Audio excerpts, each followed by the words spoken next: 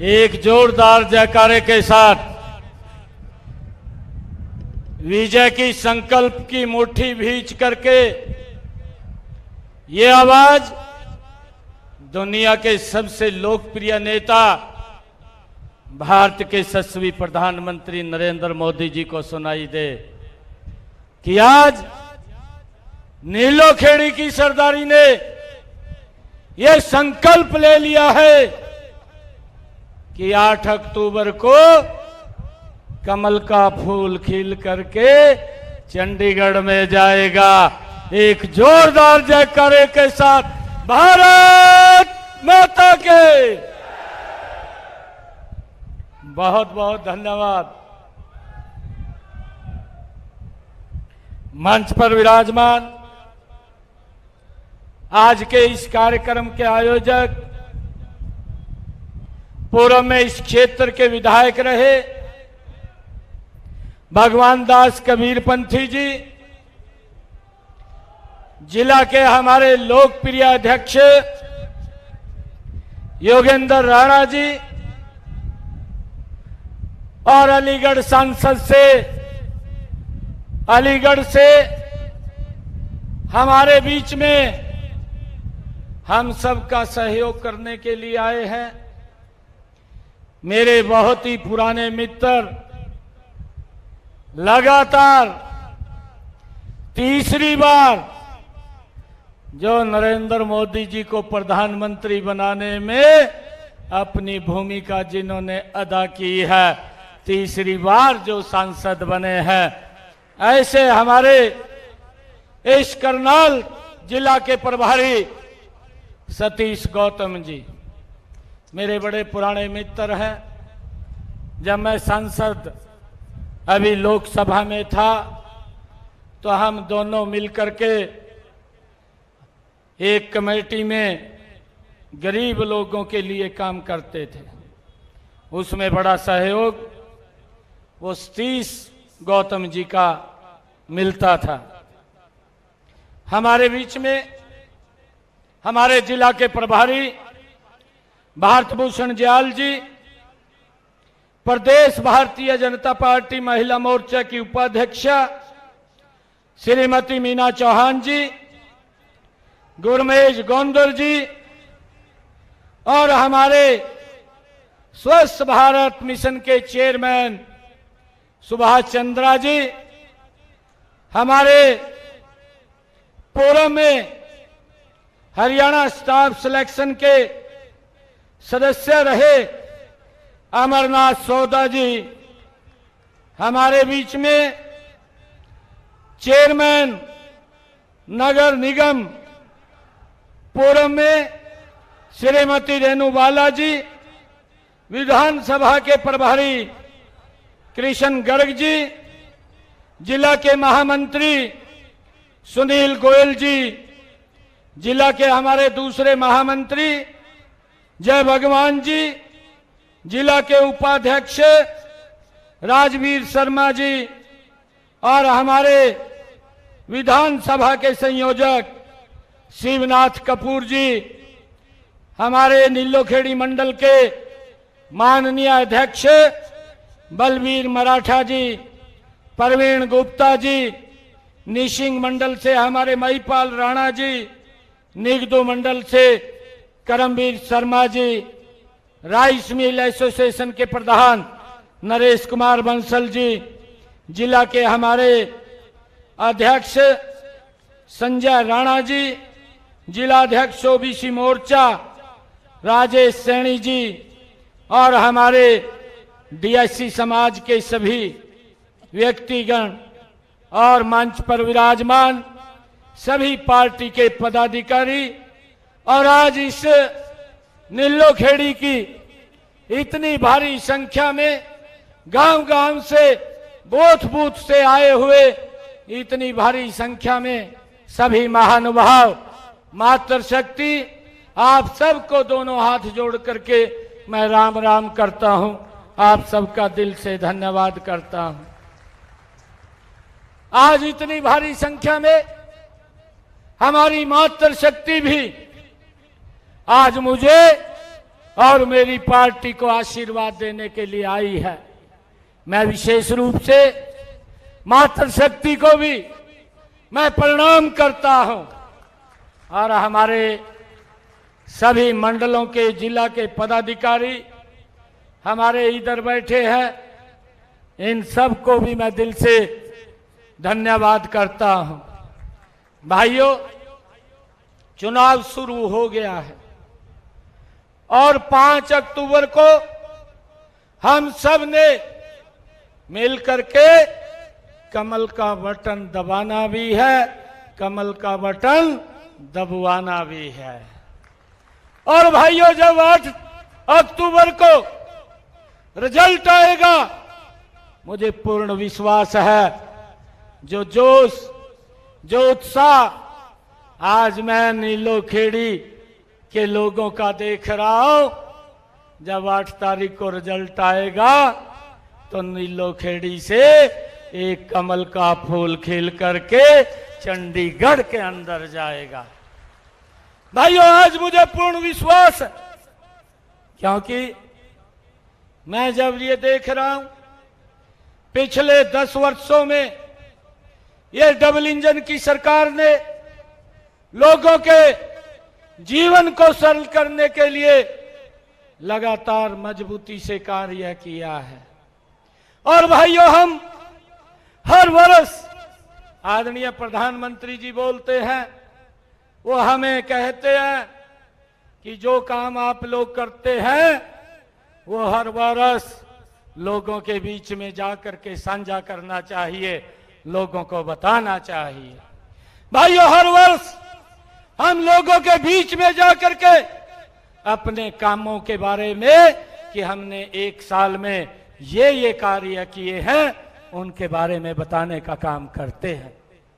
परंतु भाइयों, कांग्रेस पार्टी है, उनके पास बोलने के लिए कुछ नहीं है, कहने के लिए कुछ नहीं है, लोगों के बीच में भ्रम का जाल फैलाने का काम करते हैं। झूठ बोल करके वो अपना उल्लू सीधा करना चाहते हैं और झूठ बोल करके वोट ले करके लोगों का शोषण करना उनके डीएनए के अंदर है और उनकी ये फितरत भी है। भाइयों, इस बात को लेकर के भी हमें सोचना समझना चाहिए।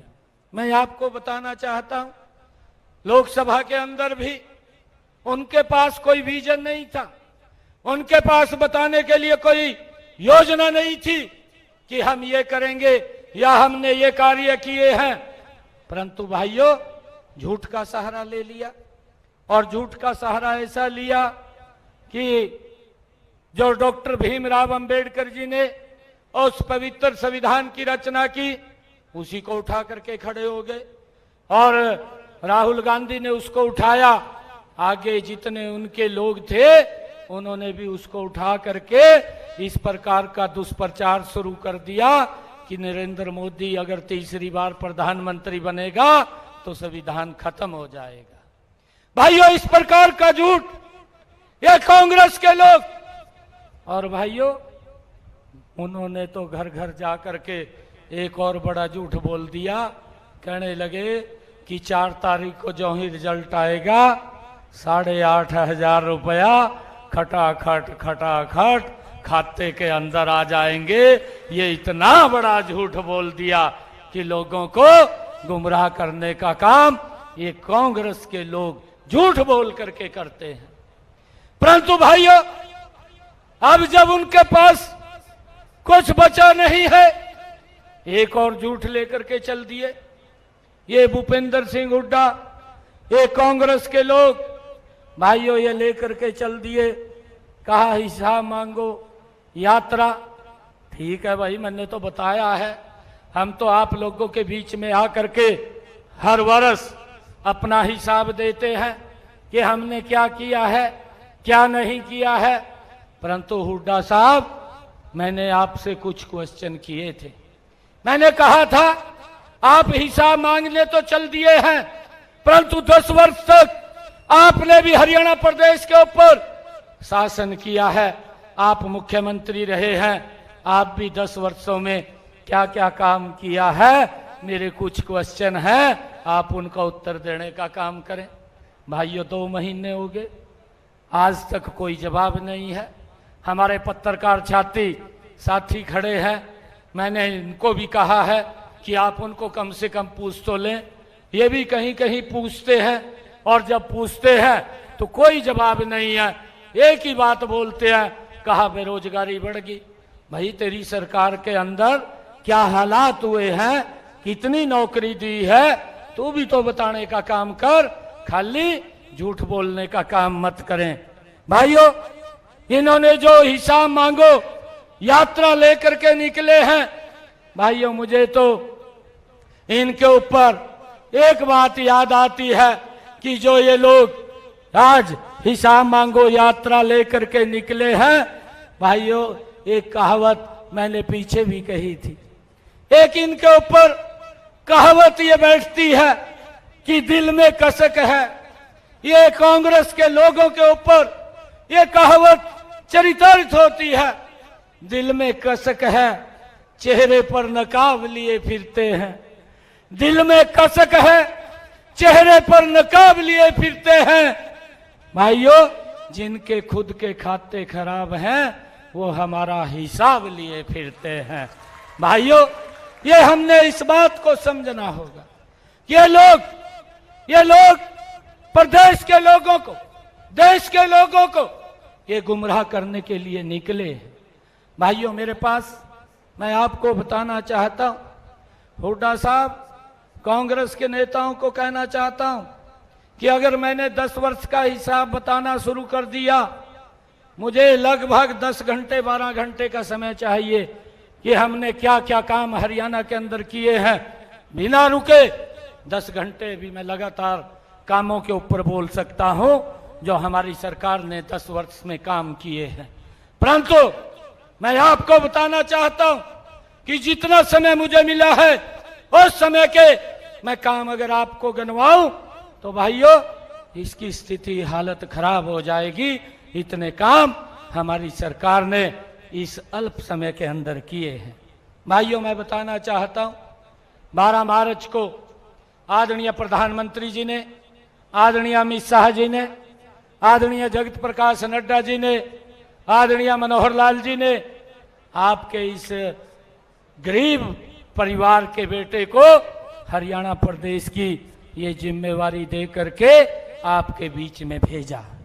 और भाइयों जब 12 तारीख को मुझे ये जिम्मेवारी दे करके भेजा, 12 मार्च को 16 मार्च को कोड ऑफ कंडक्ट लग गया। भाइयों अगर आज हम देखते हैं, आज जब ये 8 अक्टूबर को कोड ऑफ कंडक्ट हटेगा तो 186 दिन पूरे के पूरे बनते हैं। 186 दिनों में से 132 दिन ये आचार संहिता में चले गए। आचार संहिता जो 16 मार्च से लगी थी 6 जून को हटी थी, और अब 16 अगस्त से ये आचार संहिता लगी और 8 ये अक्टूबर को हटेगी। 186 दिन ये टोटल मुझे काम करने का अवसर मिला, और उसमें से 132 दिन आचार संहिता में निकल गए। मात्र 56 दिन मुझे काम करने का मौका मिला है, बहुत कम मौका मिला है। और मैं बताना चाहता हूं कि इन 56 दिनों में आपकी सरकार ने क्या क्या काम किए हैं। भाइयों 6 जून को आचार संहिता हटती है, 7 जून को मैंने यहीं करनाल के अंदर एक कार्यक्रम किया कि हमारे जो गरीब परिवार के लोग हैं जिनकी इनकम 1 लाख रुपए से कम है, उन्होंने दवाई लेने के लिए किसी को हॉस्पिटल जाना पड़ता है, किसी को सामान लेने के लिए बाजार जाना पड़ता है, किसी को कहीं रिश्तेदारी में किसी फंक्शन में शामिल होने के लिए जाना पड़ता है। भाइयों हमने हैप्पी कार्ड 7 तारीख को लोगों के बीच में यहीं पर दिया, और 1000 किलोमीटर तक हरियाणा रोडवेज की बस में वो 1 साल में फ्री यात्रा कर सकेगा, उसका कोई किराया नहीं लगेगा। ये निर्णय हमारी सरकार ने किया और उसका लाभ लगभग 23 लाख परिवारों को, 84 लाख लोगों को हरियाणा प्रदेश के अंदर देने का काम ये हमारी सरकार ने किया है। भाइयों, 8 तारीख को हमने ये निर्णय किया कि हरियाणा प्रदेश के अंदर बिना पर्ची बिना खर्ची के 50,000 युवाओं को और सरकारी नौकरी देने का मैंने घोषणा की और मैंने कहा कि हम 50,000 और युवाओं को सरकारी नौकरी देंगे। भाइयों, मैंने 9 तारीख को जो एक और निर्णय किया, यह भी बड़ा निर्णय था कि हमारे हरियाणा प्रदेश के अंदर जो एससी और बीसी समाज की धर्मशालाएं थी हरियाणा प्रदेश के अंदर, उनको मैंने पंचकुला के अंदर एकत्र किया और उन सब के जो प्रमुख लोग थे उन सबको बुला करके एक समय के अंदर उनके बीच में बैठ करके 118 करोड़ रुपया उनके नवीनीकरण के लिए जारी करने का काम ये हमारी सरकार ने किया है। भाइयों, 10 जून को जो भूपेंद्र सिंह हुड्डा भाइयों 100-100 गज के प्लाट दे करके चला गया था, ना कागज थे ना कब्जा था, लोग घूम रहे थे।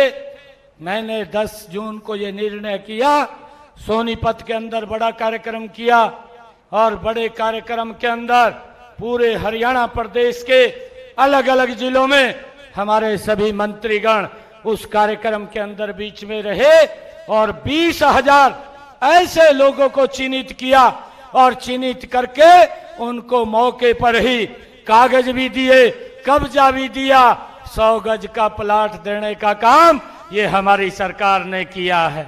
भाइयों, हमने ये भी निर्णय लिया है, मैंने अधिकारियों को कहा कि ये हमने 100 गज के प्लाट ये 20,000 लोग जो घूम रहे थे उनको तो देने का काम किया है, परंतु जो और कुछ लोग बचे हैं जिनके पास 100 गज का प्लाट नहीं है, उसके लिए मैंने रजिस्ट्रेशन खोला और आचार संहिता लग गई है।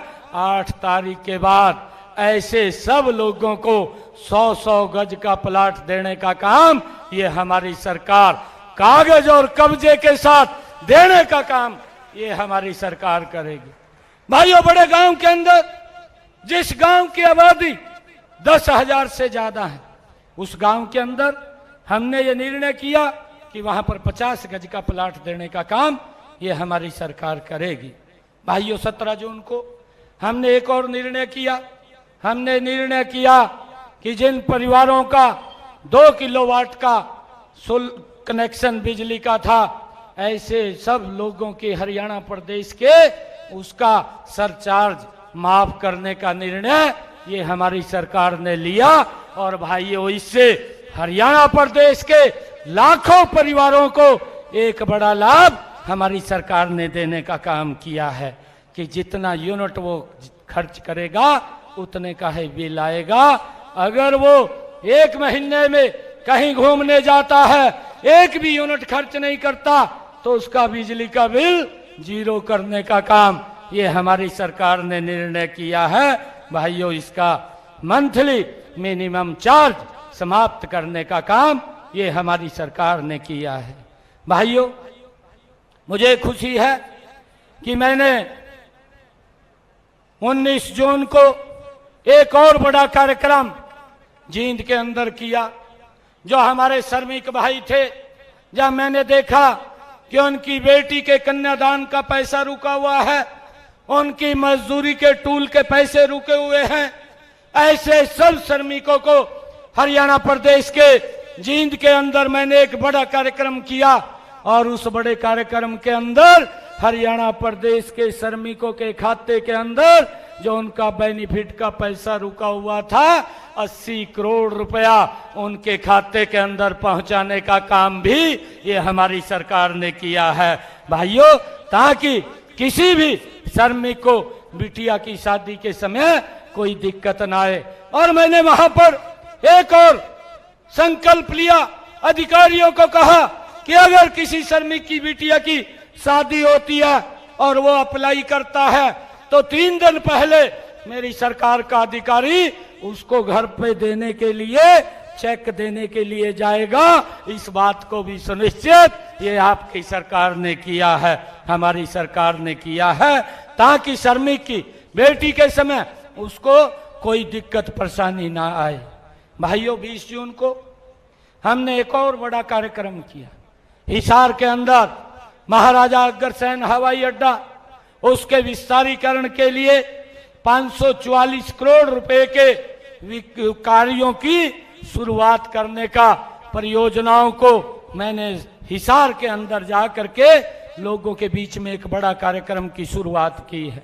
भाइयों, मुझे ये खुशी है कि 21 जून को हमारी सरकार ने भिवानी के अंदर किसानों के बीच में जा करके 49,000 हरियाणा प्रदेश के जो किसानों की फसल के खराबे का पैसा वो रुका हुआ था, भिवानी के अंदर जा करके किसानों के बीच में 133 करोड़ रुपया उनके खाते के अंदर पहुंचाने का काम ये आपके इस सरकार ने, आपके बेटे भाई ने किया है।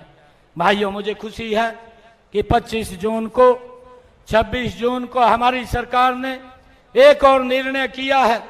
हमने ये निर्णय किया, इसका कार्यक्रम, मैंने एक बड़े कार्यक्रम का आयोजन रोहतक के अंदर किया, और रोहतक के अंदर जो मैंने एक योजना बनाई, मुख्यमंत्री शहरी आवास योजना, इस योजना के तहत मैंने फर्स्ट फेज के अंदर 14 शहरों के लोगों को बुला करके, जिनके पास प्लॉट नहीं है या जिनके पास मकान नहीं है, ऐसे लोगों को चिन्हित करके लगभग 15-20 हजार लोगों को चिन्हित करके 30-30 गज का प्लाट देने का काम भी ये आपकी सरकार ने किया है, और इसको लगातार आगे बढ़ाने का काम ये हमारी सरकार कर रही है। भाइयों, मैंने 27 जून को एक और निर्णय किया, ये भी बड़ा किसानों के हित के अंदर निर्णय था, कि मैंने ये अधिकारियों को कहा कि जिन्होंने 2023 तक कनेक्शन अप्लाई किए हुए हैं, उन सबको जारी करने का निर्णय भी ये हमारी सरकार ने लिया है। भाइयों, 29 जून को हमारी सरकार ने एक और बड़ा कार्य किया है, जो है बीसी समाज की क्रीमी लेयर की व्यवस्था थी, वो 6 लाख रुपए थी। लंबे समय से बीसी समाज के लोग इस बात की मांग कर रहे थे कि इस क्रीमी लेयर की व्यवस्था को बढ़ाया जाए, ताकि हमारे बच्चों को इसका लाभ मिल सके। और मैंने 29 जून को ये आदेश दिए, एक कार्यक्रम बड़ा किया, और उसके अंदर इस क्रीमी लेयर की व्यवस्था को केंद्र सरकार की तर्ज के ऊपर करने का काम, उसको 6 लाख से 8 लाख रुपए करने का निर्णय ये हमारी सरकार ने लिया है। भाइयों, 30 जून को हमारी सरकार ने एक और बड़ा कार्य किया है। पानीपत के अंदर हरियाणा प्रदेश के एक समय के अंदर 75,330 बुजुर्गों की पेंशन एक समय के अंदर बना करके उनके खाते के अंदर पैसा पहुंचाने का निर्णय भी ये हमारी सरकार ने किया है। भाइयों, मुझे खुशी है 1 जुलाई को आपकी सरकार ने एक और बड़ा निर्णय किया। जितने हमारे हरियाणा प्रदेश के अंदर HKRN के कर्मचारी थे, या पार्ट 1 के थे, पार्ट 2 के थे, कॉन्ट्रैक्ट बेस पर लगे हुए थे, एक कलम से आपकी सरकार ने जिनको 5 साल हो गए थे उनको पक्का करने का काम आपकी सरकार ने किया है। ऐसे 1,20,000 कर्मचारियों को हमारी सरकार ने सुरक्षित करने का ये निर्णय एक कलम से किया है। इसका बड़ा लाभ हमारे HKRN के कर्मचारियों को मिला है। और भाइयों, हमने उनकी सैलरी भी 8% बढ़ाने का निर्णय भी हमारी सरकार ने लिया है। मुझे खुशी है कि हमने लगातार, हमारे सरपंच भाई भी इस बात की मांग कर रहे थे कि हमारी जो विकास कार्य की लिमिट है वो 5 लाख रुपए की है, आप इसको बढ़ाएं, और इसको बढ़ा करके ताकि हम गांव का विकास का कार्य कर सके। मैं लगातार सरपंचों के साथ बैठा, अधिकारियों के साथ बैठा, और ये निर्णय हमारी सरकार ने किया कि अगर सरपंच अपने गांव के अंदर विकास कार्य करवा सके तो तो उसकी 5 लाख से लिमिट को बढ़ा करके 21 लाख रुपए करने का निर्णय भी एक बड़ा कार्यक्रम सरपंचों का कुरुक्षेत्र में करके हमने वहां पर निर्णय किया और उनको इस बात का हमने लाभ पहुंचाने का काम किया ताकि गांव के विकास को हम गति से आगे बढ़ा सकें। भाइयों, हमने 3 जुलाई को एक और निर्णय किया, जो हमारे शहरी और ग्रामीण सफाई कर्मचारी थे उनका वेतन में भी 1000 रुपए बढ़ाने का निर्णय हमारी सरकार ने लिया है। भाइयों, 5 जुलाई को हमने एक और निर्णय किया कि हरियाणा प्रदेश के अंदर 4000 नए बच्चों के प्ले स्कूल खोलने का निर्णय भी हमारी सरकार ने 5 जुलाई को लिया है। भाइयों, मुझे ये बताते हुए बड़ी खुशी हो रही है कि ये विपक्ष के लोग, ये कांग्रेस के लोग लगातार अग्निवीर को लेकर के ये सवाल उठाते रहे। राहुल गांधी साहब भी और नीचे के यहाँ के लोग भी, क्योंकि हमारा हरियाणा प्रदेश ये वीरों का प्रदेश है। यहाँ से जब प्रदेश की आर्मी के अंदर लगभग 10% की संख्या हमारे हरियाणा प्रदेश के जवान उसके अंदर हैं। हमने, हमारी कैबिनेट ने, हमारी सरकार ने ये निर्णय लिया कि जो अग्निवीर हमारा हरियाणा प्रदेश से अग्निवीर के अंदर जाएगा और 4 साल के बाद जब वापिस आएगा तो हरियाणा सरकार उसको हरियाणा सरकार में नौकरी देने का काम वो प्राथमिकता के आधार के ऊपर करेगी। यह निर्णय भी हमारी सरकार ने लिया है। किसी भी अग्निवीर को हम खाली नहीं रहने देंगे और उनको 10% का आरक्षण हमने हर नौकरी में देने का निर्णय ये हमारी सरकार ने किया है। भाइयों, हमने ये भी निर्णय किया, हमारी सरकार ने 4 अगस्त को, कि हमारे किसानों का अंग्रेजों के समय का एक अभियान किसानों के ऊपर लगता था और उनके ऊपर 133 करोड़ रुपए का बकाया था, उनको नोटिस जा रहे थे। मैंने 4 अगस्त को एक निर्णय किया कि अंग्रेजों के समय का जो अभियान है इसको पूर्ण रूप से खत्म करने का निर्णय ये आपकी सरकार ने लिया और 133 करोड़ रुपया भी माफ करने का काम ये आपकी सरकार ने किया है ताकि लोगों को इसका लाभ मिल सके। भाइयों, 5 अगस्त को हमने एक और निर्णय किया। हमने ये निर्णय किया कि हरियाणा प्रदेश के किसान की 100% फसल एमएसपी पर खरीदने का काम ये हरियाणा सरकार करेगी। भाइयों, ये निर्णय देश के अंदर ये पहला हरियाणा ऐसा राज्य है जो 100% किसानों की फसल एमएसपी पर खरीदने का काम कर रही है। भाइयों, हमने हरियाणा प्रदेश के गौशालाओं के सभी प्रतिनिधियों को पंचकुला के अंदर 6 अगस्त को बुला करके एक निर्णय किया कि अगर कोई व्यक्ति गौशाला खोलना चाहता है उसको कोई CLU लेने की आवश्यकता नहीं है, उससे मुक्ति देने का काम किया और करोड़ों रुपया उस दिन उनके खाते के अंदर पहुंचाने का काम ये हमारी सरकार ने किया है। भाइयों, 7 अगस्त को हमारी सरकार ने एक और बड़ा निर्णय किया। तीज का पर्व था, तीज के पर्व के ऊपर हमारी सरकार ने निर्णय किया कि जो हमारी माताएं बहनें, जो हरियाणा प्रदेश के लगभग 50 लाख परिवारों को इसका लाभ मिलेगा। हरियाणा प्रदेश की 2 करोड़ 80 लाख की आबादी, जिसमें से 1.5 करोड़ से ज्यादा लोगों को इसका लाभ मिलने वाला है। हमारी सरकार ने निर्णय किया कि जो हमारी माताएं बहनें हैं उनको गैस का सिलेंडर 500 रुपए के अंदर उपलब्ध होगा। ऊपर का जितना भी पैसा है वो हरियाणा सरकार देने का काम करेगी। इसका लाभ भी हरियाणा प्रदेश के अंदर मेरी माताओं बहनों को देने का कार्य ये हमारी सरकार ने किया है। उसका लाभ भी हमारी माताओं बहनों को पहुंच रहा है। आज ऐसी हमारी माताएं बहनें जिनकी आय 1,80,000 रुपए से कम है, उनको 500 रुपए में गैस का सिलेंडर ये उपलब्ध हो रहा है। ये निर्णय भी हमारी सरकार ने लिया है।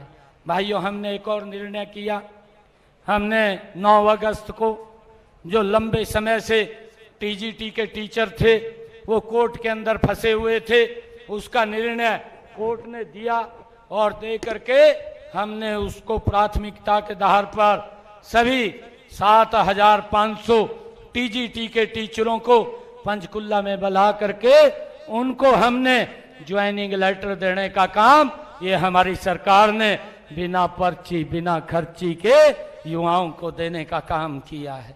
भाइयों, 12 अगस्त को हमने एक और निर्णय किया कि जो हमारी ऐसी समाज की बेटियां हैं जो सरकारी स्कूल में पढ़ती हैं और जिनके नंबर 90% से ज्यादा आते हैं, 10वीं और 12वीं की बेटियों को प्रोत्साहन राशि देने के लिए हमने एक योजना बनाई, मेधावी छात्रवृत्ति योजना, और उस योजना के माध्यम से उन बच्चियों को 1,11,000 रुपए की नगद राशि देने का निर्णय भी ये हमारी सरकार ने किया ताकि बेटियों को कोई दिक्कत परेशानी ना हो। भाइयों, हमारी सरकार ने ये भी निर्णय किया है कि जो हमारी 1,80,000 रुपए से जिनकी इनकम कम है उनकी बेटियों को ग्रेजुएट पोस्ट ग्रेजुएट तक फ्री में एजुकेशन देने का निर्णय भी हमारी सरकार ने किया है। भाइयों, मुझे खुशी है कि 16 अगस्त सुबह जिस दिन कोड ऑफ कंडक्ट लगा उस दिन भी मैंने एक बड़ा निर्णय सुबह किया, शाम को कोड ऑफ कंडक्ट लग गया। 16 अगस्त को मैंने निर्णय किया था कि अब की बार बरसात कम हो रही है, मेरे किसानों के खर्चे ज्यादा हो रहे हैं, उनके खर्चे कम होने चाहिए और वो खर्चे कम करने के लिए हमने ये निर्णय किया कि प्रति एकड़ 2,000 रुपया किसान के खाते के अंदर पहुंचाने का निर्णय भी ये हमारी सरकार ने किया है। और भाइयों, 525 करोड़ रुपए की पहली किस्त हमने जारी भी कर दी है, किसानों को वो लगातार मिल रही है, ये निर्णय भी हमारी सरकार ने किया है। भाइयों, लगातार हमारी सरकार ने एक मिशन मोड के अंदर, आप लोग देख रहे हैं, इस छोटे से कार्यकाल के अंदर हमने काम किया है। ये हिसाब मैं कांग्रेस के लोगों को नहीं, मैं ये हिसाब मेरी नीलो खेड़ी की सरदारी बैठी है, मैं उनको देने के लिए आया हूं कि हमने छोटे से समय में कितनी गति से हरियाणा प्रदेश के अंदर कार्य करने के लिए किया है। परंतु मैंने ये हिसाब यहाँ नीलो खेड़ी के अंदर दिया है। हुड्डा साहब भी सुन रहे होंगे। हुड्डा साहब, ये तो मेरा 56 दिन का कार्यक्रम था, ये तो ट्रेलर है। हुड्डा साहब, ट्रेलर है, अभी तो पिक्चर बाकी है जो 8 तारीख के बाद आपको दिखाने का काम ये हरियाणा की हमारी भारतीय जनता पार्टी की सरकार करेगी। भाइयों, इन्होंने देश को प्रदेश को विकास से भी मनहूस किया है। भाइयों, क्षेत्रवाद इनके कार्यकाल के अंदर पनपा है और परिवारवाद इनके समय के अंदर बड़ा है। भाइयों, ये लोग ये झूठ बोल करके वोट तो ले जाते हैं परंतु लोगों का शोषण करते हैं। मैं आज भाइयों, मैंने जब पिंजौर के अंदर मैं वहां पर एशिया की सबसे बड़ी एप्पल मंडी का उद्घाटन करने के लिए जा रहा था तो मेरे दिमाग में आया कि ये हिसाब मांगता हुआ घूम रहा है। भाई, हिसाब तो ये मांग रहा है परंतु इसने भी 10 वर्ष शासन किया है, इससे भी कुछ क्वेश्चन पूछे जाएं। मैं बैठे बैठे लिख रहा था, क्वेश्चन लिख रहा था और क्वेश्चन इतने ज्यादा हो गए कि एक लंबी पूरी की पूरी लिस्ट बन गई। मैंने कहा इतने तो इसके याद नहीं रहेंगे, अगर मैं इतने क्वेश्चन पूछूंगा तो मैंने उनमें से कुछ कम किए और कम करके मैंने सोचा कि 15 क्वेश्चन इसको पूछते हैं। जब मैं वहां मंडी के उद्घाटन के ऊपर गया था, क्योंकि वो किसान एप्पल मंडी थी, और उसके अंदर मैंने हुड्डा साहब को पूछा कि आप ये मेरे 15 क्वेश्चनों का उत्तर दें। भाइयों, मैंने ठीक किया नहीं किया? मैंने उनसे क्वेश्चन पूछे हैं, पूछने चाहिए नहीं पूछने चाहिए? पूछने चाहिए ना। तो मैंने उनको क्या पूछा था मैं आज आपको बताना चाहता हूं, आपके भी ध्यान में रहे कि मैंने उनको क्या क्या क्वेश्चन पूछे थे। मैंने एक क्वेश्चन उनको पूछा था, मैंने अभी 4 रोज पहले चंडीगढ़ के अंदर मैं पत्रकारों से बात कर रहा था, तो मैंने उस दिन भी पत्रकारों के माध्यम से हुड्डा साहब कांग्रेस के नेताओं को इस बात के लिए चैलेंज किया था कि अगर आप 15 क्वेश्चनों का उत्तर नहीं दे सकते, कम से कम मेरे 5 क्वेश्चनों का तो उत्तर दे दो, जिससे मुझे संतुष्टि हो जाएगी कि भाई आपने काम ठीक किया है। परंतु आज तक उन 5 का भी क्वेश्चन का उत्तर देने का काम इन्होंने नहीं किया। भाइयों, मैंने पहला क्वेश्चन ये कांग्रेस के नेताओं से पूछा था कि आप ये बताने का काम करें कि आपकी सरकार में पर्ची और खर्ची से भाइयों नौकरी लगती थी, गरीब के बेटे को नौकरी नहीं मिलती थी, वो वोट दे देता था, नौकरी के नाम के ऊपर घूमता रहता था। आप इसके बारे में हरियाणा प्रदेश के लोगों को बताने का काम करें भाइयों। परंतु उसने कोई जवाब नहीं दिया। मैंने दूसरा क्वेश्चन और पूछा। मैंने कहा, हुड्डा साहब, आपने हरियाणा प्रदेश के किसानों की, भोले भाले किसानों की जमीन को दफा 4 और दफा 6 लगा करके लूटने का काम किया है, और दिल्ली में बैठे भाइयों दामाद को खुश करने के लिए यहाँ के किसानों के ये खून पसीने की कमाई को आपने वहां पर देने का काम किया है। इसके बारे में भी बताने का काम करें कि आपने भोले भाले किसानों की जमीन को क्यों दामाद को खुश करने के लिए दी है। मैंने ये भी पूछा।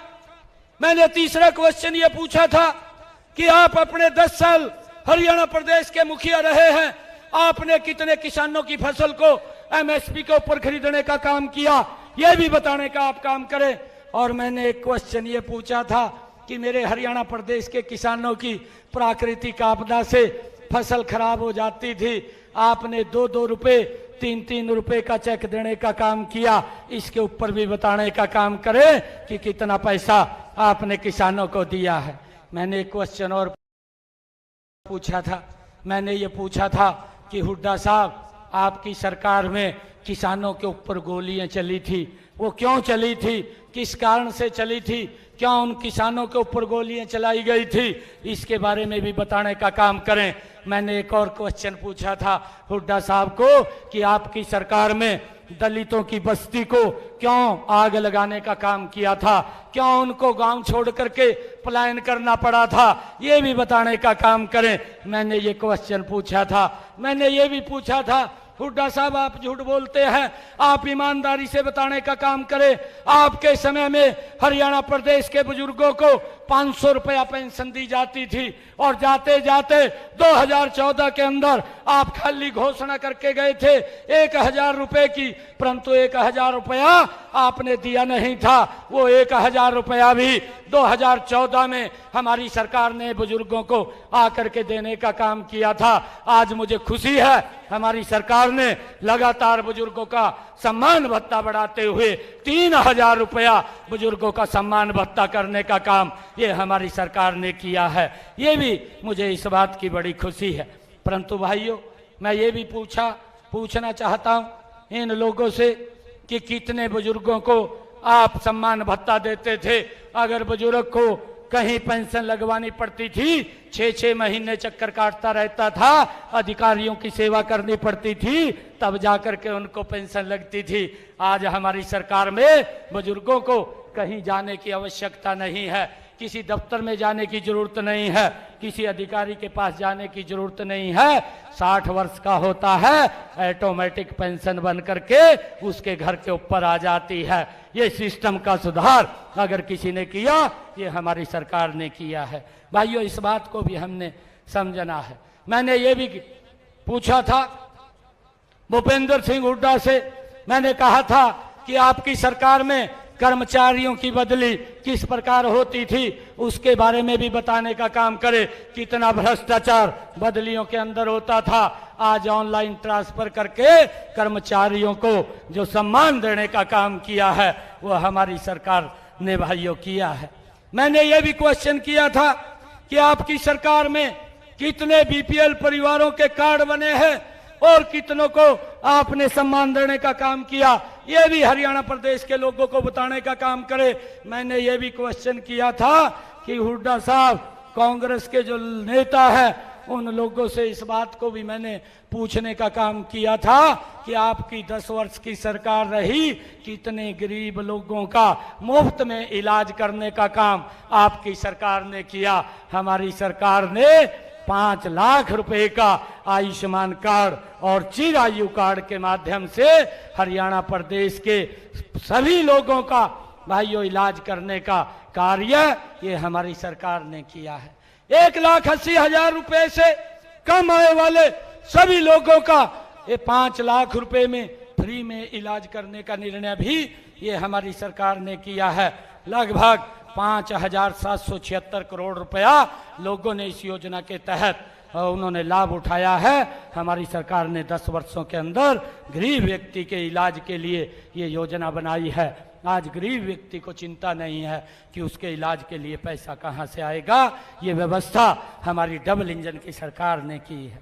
भाइयों साथियों, मैं आप लोगों के बीच में कहना चाहता हूं कि कांग्रेस झूठ पर जिंदा रहने वाली पार्टी है। इस बात को हमने समझना है। कांग्रेस झूठ पर जिंदा रहने वाली पार्टी है। कांग्रेस एक परिवार के लिए काम करने वाली पार्टी है। साथियों, कांग्रेस की वफादारी केवल एक परिवार के प्रति है, देश के आप लोगों के प्रति कांग्रेस की वफादारी नहीं है। इस बात को हमने समझना है। एक ही परिवार के प्रति भाइयों उनकी वफादारी है। मुझे तो आश्चर्य होता है, मैं कांग्रेस के लोगों को ये भी पूछता हूं और मैंने प्रेस के अंदर के माध्यम से भी इस बात को पूछा है कि कांग्रेस पार्टी ने जम्मू कश्मीर के अंदर चुनाव हो रहे हैं, ऐसी पार्टी जो वहां की नेशनल कॉन्फ्रेंस पार्टी है और उसने ये कहा है कि जो वहां पर आतंकवादी हैं उन आतंकवादियों को शहीद का दर्जा दे करके उनको सरकार सम्मान देने का काम करेगी। और कांग्रेस पार्टी ने उनके साथ जाकर के गठबंधन कर लिया है। मैं हुड्डा साहब से और राहुल गांधी साहब से ये पूछना चाहता हूं, क्योंकि हमारे हरियाणा प्रदेश के हर घर से जवान आर्मी के अंदर है और मजबूती से आतंकवाद के प्रति वो खड़े होकर के उसका सामना करते हैं। आपने उन आतंकवादियों को सम्मान देने की बात अपने मैनिफेस्टो के अंदर लिखी है। कांग्रेस पार्टी ये स्पष्ट करने का काम करे, क्या आतंकवादियों को सहयोग करने का काम कांग्रेस पार्टी कर रही है? भाइयों, जो हमारे जवान दिन रात हमारी रक्षा सुरक्षा के लिए खड़े होते हैं, ये लोग उन आतंकवादियों को रोकने का जो काम करते हैं, उन आतंकवादियों को शहीद का दर्जा देने का समर्थन ये कांग्रेस पार्टी कर रही है। भाइयों, इसके बारे में भी हम पूछना चाहते हैं। भाइयों, मैं ये भी उनको पूछा था कि इन्होंने किस प्रकार से पंजाबी समाज को अपमानित करने का काम बापू बेटे ने किया था, उसके बारे में भी बताने का काम करें। इन्होंने ये शब्द कहे थे कि ये पंजाबी कहाँ से आ गए, हमें मालूम नहीं है, इनकी संस्कृति हमारे से मेल नहीं खाती। मैं कांग्रेस के लोगों को कहना चाहता हूँ, 8 अक्टूबर को जब रिजल्ट आएंगे आपको पता चल जाएगा कि ये संस्कृति आपसे मेल खाती है या नहीं खाती है। आपको बाहर का रास्ता दिखाने का काम ये हमारे लोग करेंगे। भाइयों, किस प्रकार से ये प्रदेश के अंदर भाईचारे को भी भाइयों खत्म करने का काम, उसको कमजोर करने का काम ये कांग्रेस के लोग करते हैं, इस बात को भी हमें समझना चाहिए।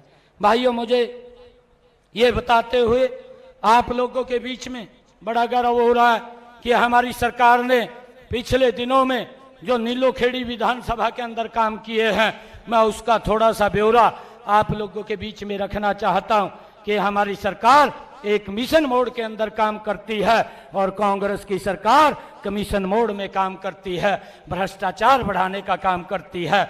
मैं आपको बताना चाहता हूं कि चिड़ाव से कैथल तक सड़क को 4गामी करने का कार्य 175 करोड़ रुपए की लागत से ये हमारी सरकार में किया गया है। नीलोखेड़ी में रेलवे के ऊपरगामी पुल का निर्माण 32 करोड़ रुपए की लागत से ये हमारी सरकार में किया गया है। नीलोखेड़ी कारसा डांड सड़क को 21 करोड़ 97 लाख रुपए की लागत से चौड़ा और मजबूत किया गया है। नीलोखेड़ी विधानसभा हल्के की 28 सड़कों की 19 करोड़ 27 लाख रुपए की लागत से उनका नवीनीकरण किया गया है। गांव बस्तली में राजकीय कन्या महाविद्यालय का निर्माण 18 करोड़ 68 लाख रुपए की लागत से ये हमारी सरकार के द्वारा किया गया है। निसिंग में नए राजकीय महाविद्यालय की स्थापना 13 करोड़ रुपए की लागत से भाइयों वहां पर की गई है। निगदू में सीवरेज व्यवस्था का निर्माण 14 करोड़ 77 लाख रुपए की लागत से किया गया है। करनाल में काछवा सांबली की सड़क का निर्माण 7 करोड़ 51 लाख रुपए की लागत से भाइयों किया गया है। नीलोखेड़ी में सीएचसी को 7 करोड़ 50 लाख रुपए की लागत से सिविल अस्पताल के अंदर अपग्रेड किया गया है। तरावड़ी रेलवे ओवरब्रिज के नीचे अंडरपास का निर्माण 6 करोड़ 32 लाख रुपए की लागत से भाइयों हमारी सरकार के द्वारा किया गया है। नीलोखेड़ी में 6 MLD क्षमता के सीवरेज ट्रीटमेंट प्लांट के अपग्रेडेशन का कार्य 5 करोड़ 78 लाख की लागत से वो किया गया है।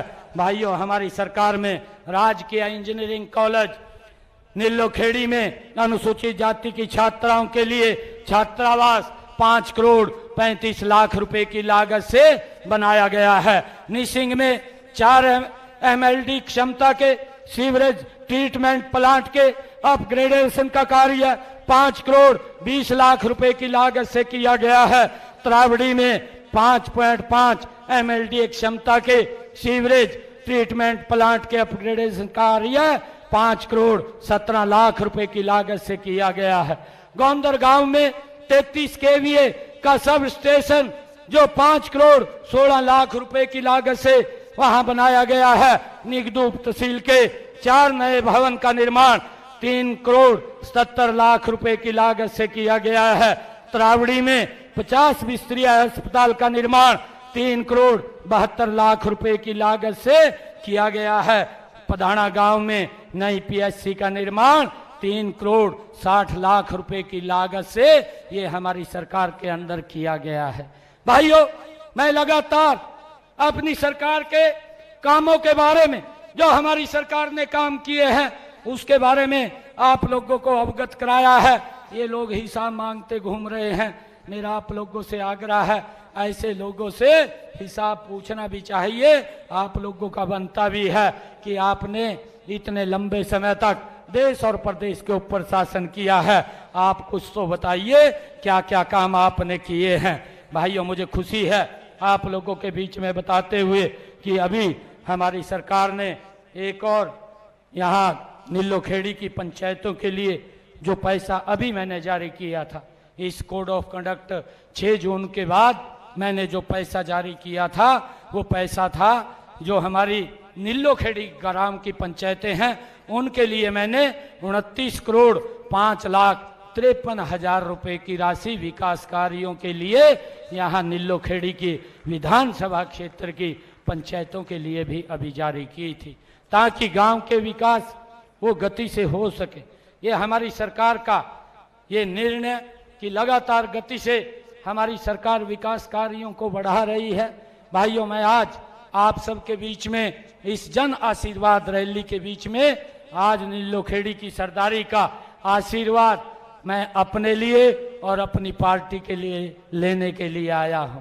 मुझे विश्वास है मातृशक्ति इतनी भारी संख्या में बैठी है कि आप लोगों का आशीर्वाद हमें भरपूर मिलेगा। और मैं आप लोगों से अपील करना चाहूँगा कि 1 महीने से भी का समय रह गया है। इस 1 महीने के अंदर जहां हमारे रिश्तेदार हैं, मित्र प्यारे हैं, उन सबको बोल करके कमल का बटन दबवाने का काम करें और तीसरी बार हरियाणा में भारतीय जनता पार्टी की सरकार को बनाने का काम करें। भाइयों ये आशीर्वाद मैं आप सबके बीच में लेने के लिए आया हूं। मुझे पूर्ण विश्वास है नीलोखेड़ी की सरदारी का विश्वास है कि आपका आशीर्वाद भरपूर मिलेगा। और जो ये लोग हिसाब मांग रहे हैं, मैं फिर दोबारा कह रहा हूं ये तो ट्रेलर है। मैंने ट्रेलर दिखाया है, अभी तो पिक्चर बाकी है। 8 तारीख के बाद कांग्रेस को पिक्चर दिखानी बाकी है। एक इसी संकल्प के साथ हम सब यहाँ से मैं आपका आशीर्वाद जब यहाँ लेने के लिए आया हूँ, एक जोरदार जयकारे के साथ आप अपने भाई अपने बेटे को यहाँ पर आशीर्वाद देने का काम कमल के फूल के लिए करेंगे। और भाइयों, मुझे विश्वास है कि जब यहाँ कमल का फूल खिलेगा तो नरेंद्र मोदी जी और मजबूत होंगे और ताकत से हमारा सहयोग करेंगे और हरियाणा प्रदेश को हम नई विकास की ऊंचाइयों के ऊपर पहुंचाने का काम करेंगे। आप सब इतनी भारी संख्या में आए, आप सबका बहुत बहुत धन्यवाद। एक जोरदार जयकारे के साथ भारत माता के, भारत माता के, भारत माता के, वंदे वंदे, नरेंद्र मोदी, नरेंद्र मोदी, नरेंद्र मोदी।